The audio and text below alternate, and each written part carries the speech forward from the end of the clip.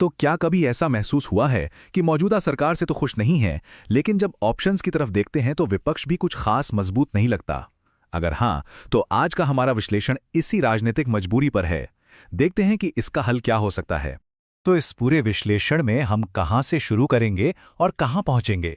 देखिए, सबसे पहले हम उस सियासी मजबूरी को समझेंगे, फिर देखेंगे कि विपक्ष में विजन की कमी क्यों है, सत्ता का खेल कैसे चल रहा है, इसमें मीडिया का क्या रोल है, और सबसे आखिर में कि असली बदलाव आ कहां से सकता है। तो चलिए शुरू करते हैं पहले पॉइंट से। ये उस बुनियादी दुविधा के बारे में है जिसका सामना आज शायद कई वोटर्स कर रहे हैं। ये सवाल शायद कई लोगों के मन में आता होगा, है ना, कि भाई जो पार्टी अभी पावर में है वो पसंद नहीं, पर देखें तो कोई और ऑप्शन भी तो नहीं दिखता। यही वो राजनीतिक लाचारी वाली फीलिंग है जिससे ये पूरा एनालिसिस शुरू होता है, मतलब एक फंसी हुई सिचुएशन। और यहीं पर यह एनालिसिस एक बहुत ही इंटरेस्टिंग पॉइंट रखता है, वो ये कि इसका हल सिर्फ पॉलिटिकल नहीं है बल्कि साइकोलॉजिकल भी है। मतलब शायद हमें एक नई पार्टी से भी ज्यादा एक नए तरह से सोचने की जरूरत है। तो प्रॉब्लम तो समझ आ गई, अब जरा इसके कारणों को देखते हैं। और सोर्स के मुताबिक इसकी एक बड़ी वजह है ऑपोजिशन का विजन गैप, या यूं कहें कि उनकी अपनी कुछ कथित कमजोरियां। अब ये स्लाइड देखिए, ये एक बड़ा फर्क दिखाती है। एनालिसिस ये कहता है कि 2014 में जब बीजेपी आई तो उनके पास एक क्लियर विजन था, स्मार्ट सिटीज, सस्ते दाम, करप्शन फ्री इंडिया। लेकिन आज का जो ऑपोजिशन है वो देश के लिए वैसा कोई बड़ा कंपेलिंग विजन देने में नाकाम रहा है। और यहीं से एक और सवाल उठता है, क्या लोग कांग्रेस को इसलिए सपोर्ट करते हैं क्योंकि वो अच्छी है, या बस इसलिए कि बीजेपी बुरी है? एनालिसिस के मुताबिक ज्यादातर सपोर्ट एक रिएक्शन है, मतलब ये एक तरह का नेगेटिव वोट है, पॉजिटिव नहीं। अच्छा, तो एक तरफ तो हो गई विपक्ष की कमजोरी, लेकिन सोर्स के मुताबिक कहानी का दूसरा पहलू भी है, पावर का खेल।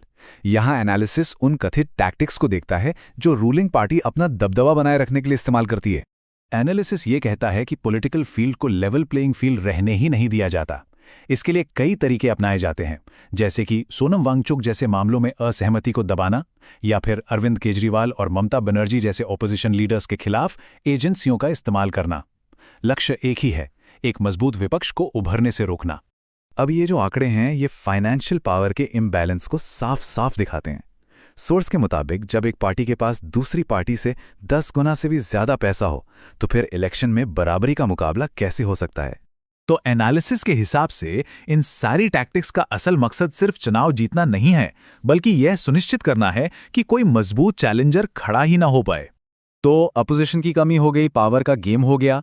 अब आता है तीसरा फैक्टर, और वो है मीडिया, जो इस पूरे पोलराइजेशन, इस ध्रुवीकरण को और भी गहरा कर देता है। सोर्स के हिसाब से मीडिया में एक साफ बंटवारा दिखता है। एक तरफ मेन स्ट्रीम टीवी है जो ज्यादातर प्रो गवर्नमेंट रहता है, और दूसरी तरफ हैं सोशल मीडिया क्रिएटर्स जो ज्यादातर एंटी गवर्नमेंट होते हैं। मतलब दो अलग अलग दुनियाएं, दो अलग अलग इको चेम्बर्स। और इसी वजह से क्रिएटर्स एक जाल में फंस जाते हैं। इसे क्रिएटर का ट्रैप कहा गया है। होता यह है कि एक बार जब उनकी एक खास तरह की ऑडियंस बन जाती है तो उन्हें वही नैरेटिव बनाए रखना पड़ता है, वरना उनकी ऑडियंस ही उन्हें छोड़ देगी। और इसका नतीजा ये होता है कि पब्लिक भी प्रो गवर्नमेंट और एंटी गवर्नमेंट के दो कैंप्स में बढ़ जाती है। बीच की जो न्यूट्रल अवेयर थिंकिंग है उसकी जगह ही नहीं बचती। तो विपक्ष में विजन की कमी, सत्ता का खेल और मीडिया का बंटवारा, ये सब तो हो गई प्रॉब्लम्स।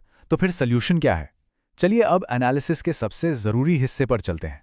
तो देखिए, एनालिसिस का जो मेन आर्ग्यूमेंट है वो बहुत ही सरप्राइजिंग है।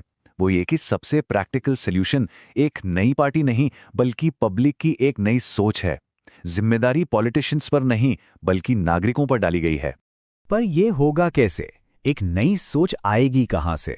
इसके लिए सोर्स कुछ प्रैक्टिकल स्टेप्स बताता है, जैसे अपने इको चैम्बर से बाहर निकलिए, दोनों तरफ की बातें सुनिए, पार्टियों को काम के आधार पर जज कीजिए, जॉब्स, एजुकेशन, हेल्थ केयर, और फिर अपना एक इंडिपेंडेंट निष्कर्ष बनाइए। बेसिकली पूरी बात का निचोड़ इस एक लाइन में है। वोट इसलिए नहीं देना चाहिए कि कौन सी पार्टी कम बुरी है, बल्कि इसलिए कि कौन हमारे और हमारे राज्य के लिए सच में बेहतर काम कर रही है। तो आखिर में सवाल यही बचता है, क्या हमें सच में एक नई पार्टी चाहिए या फिर सोचने का एक नया तरीका? सोर्स के मुताबिक असली पावर किसी पार्टी में नहीं बल्कि एक जागरूक नागरिक में है। तो क्या असली बदलाव की शुरुआत हमारे दिमाग से होती है?